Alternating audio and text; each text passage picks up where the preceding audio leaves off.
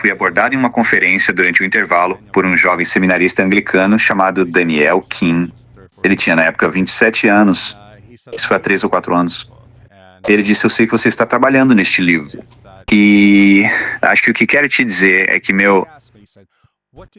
O que ele me perguntou, ele disse: qual você acha que é o maior desafio para o cristianismo hoje? Eu disse: o ateísmo. Ele disse: esse é o desafio da sua geração. Estou na casa dos 50 anos. Eu disse: qual é o desafio para a sua geração? Ele disse: o ocultismo. Eu respondi: sério. O que você quer dizer com isso? Ele me contou que antes de ir para o seminário, ele estava no seminário anglicano, ele trabalhava em um escritório em Londres. Ele era cinegrafista ou algo assim. Ele disse: eu era o único cristão no meu escritório, mas não havia ateus. Todos os outros estavam envolvidos com o ocultismo em algum nível ou outro. Havia até 2 satanistas assumidos que diziam que seguir a Satanás era a melhor maneira de ser plenamente humano. E o que ele continuou a me dizer foi: eu sei, procura. Ele disse que, assim que fosse ordenado padre anglicano, ele sabia que lutaria contra isso e lidaria com esse fenômeno pelo resto de seu sacerdócio, mas a minha geração nem sabe que ele existe. Bem, ele tem razão. Eu não sabia que existia. Eu acredito em demônios. Sou um cristão ortodoxo oriental, mas eu não sabia o quanto o ocultismo tinha crescido profundamente dentro daquela geração, a geração Z, os Zoomers, Depois daquele encontro, fiz algumas pesquisas e há uma estudiosa de religião formada em Oxford chamada Tara Isabella Burton, uma americana. Ela escreveu um livro chamado Strange Rites, Kamais, sobre a nova espiritualidade dos jovens. E ela documentou, como estudiosa, que eles não querem o cristianismo, eles querem encantamento. Essa geração. Eles não estão interessados no novo ateísmo, ou no que chamavam de novo ateísmo, mas não querem necessariamente o cristianismo, porque o cristianismo impõe exigências que eles não querem seguir, certo? Especialmente em sua vida sexual. Sim. Há uma passagem, algo sobre brincar com fogo. Há uma passagem no livro em que conversei com um exorcista em Roma que disse: este é o problema que as pessoas têm. Sabe, Deus não é como se você pudesse simplesmente colocar seu dinheiro e conseguir o que quer, sabe? Não é assim que Deus funciona. Mas os demônios virão quando você os chamar. Eles vão tirar tudo de você, mas é fácil invocá-los. Então é assim que eles... Alguém seria seduzido por isso, porque para mim, e eu vi algumas pessoas falarem sobre esse tópico em podcasts e acho que elas são bastante imprudentes. Isso não é... Eu pensei por um bom tempo antes de realmente decidir se teria a nossa conversa, como ter essa conversa, porque isso não... Alguém não deveria estar brincando com essas coisas. É mortalmente sério. É mortal, sendo mortal a palavra-chave. Aí, é mortalmente sério. Pior tipo de mortal. A ideia de se tornar um satanista, quero dizer, se você acredita em Satanás, então como você não reconhece que Deus existe e entende o que é o inferno? Tipo, você fala sobre irracionalidade. Tipo, se você está falando sobre eternidade no inferno aqui, que diabo você está fazendo? Me parece que eu realmente não entendo a lógica disso. Não, eu concordo com você. Eu concordo com você. Mas você sabe, quando eu estava pesquisando para meu livro Not by Lies, que é sobre totalitarismo, eu fiz algumas pesquisas sobre a Revolução Russa. E você sabe que na Europa e na Rússia, na virada do século XX, Satanás, a figura de Lúcifer, tornou-se enorme na cultura popular. E entre a cultura de elite, a cultura literária, a cultura artística, porque o viam como o rebelde supremo, sabe? E o valorizavam. E a maioria deles provavelmente não acreditava que ele fosse real, mas gostavam do símbolo de Satanás como um rebelde contra a igreja opressora e o establishment na história cristã, etc. Mas ele era real. Ele é real. E existe algo parecido com isso no rock and roll também. Robert Johnson vendendo sua alma na encruzilhada pro diabo. Ele tinha 27 anos. É o tipo de história que é típica do rock and roll. Olhe para todos os outros que morreram aos 27.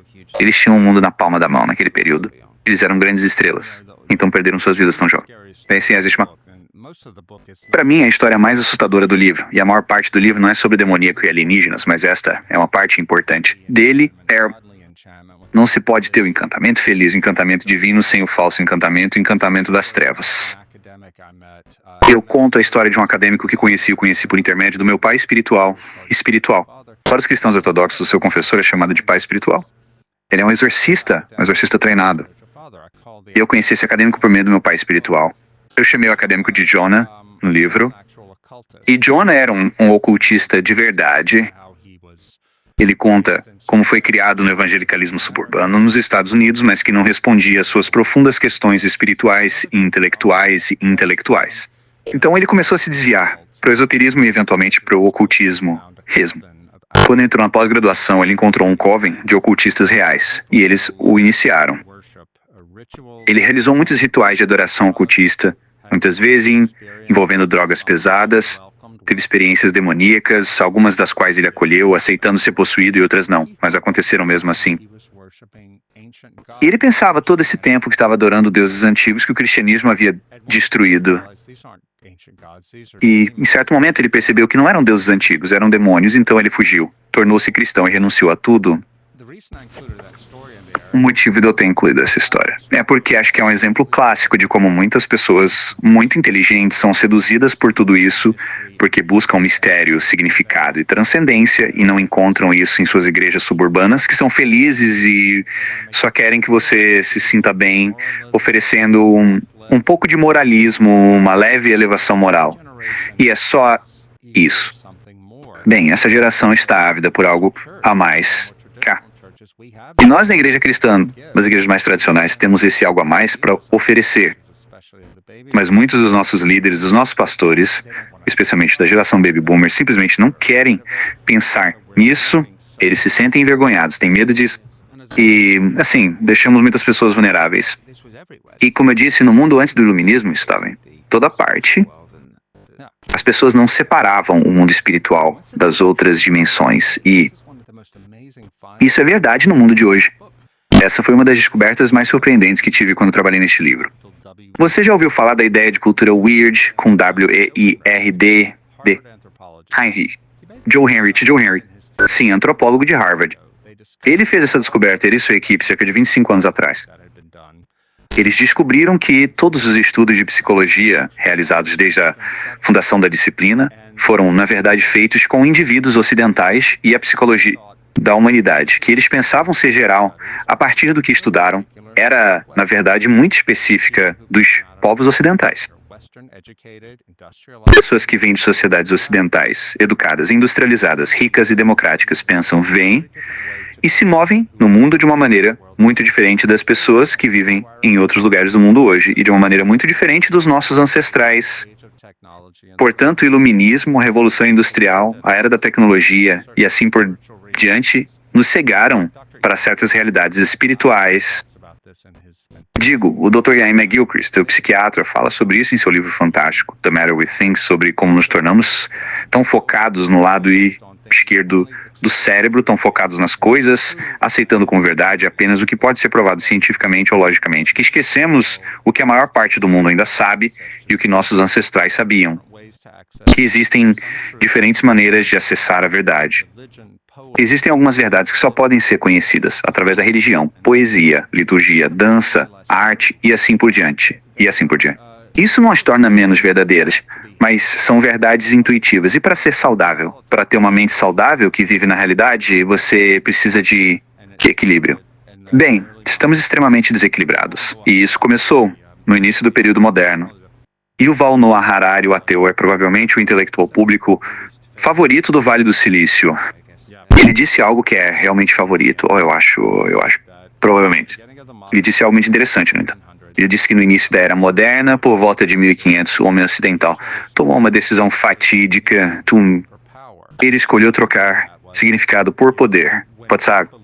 E o que ele quis dizer com isso foi, quando acreditávamos, como o cristianismo havia ensinado até aquele momento, que existe um significado inerente ao mundo material. Deus o criou. Não é apenas matéria. Há, em um sentido misterioso, mas real, um significado aqui. E isso estabelece limites sobre como podemos tratar o mundo material, nossos corpos e o mundo ao nosso redor. Bem, o homem moderno foi capaz de dizer, quando afirmou que não há significado inerente ao mundo material, que podemos fazer o que quisermos. Tudo isso se tratava de subjugar a natureza e tornar o mundo natural sujeito a nossa vontade, e nós nos tornamos muito ricos e poderosos com isso. Mas aqui estamos nós 500 anos depois, e a Emma Gilchrist fala sobre isso também, seu cientista do século XXI, que nós nos tornamos completamente infelizes. Somos ricos, somos poderosos, podemos fazer o que quisermos com a tecnologia, mas somos infelizes. Estamos perdendo a nossa humanidade. E, bem, temos o poder, mas não temos o propósito. Obrigado por assistir este clipe do The Winston Marshall Show. Você pode clicar aqui para ver o episódio completo e para mais clipes como este, não se esqueça de se inscrever.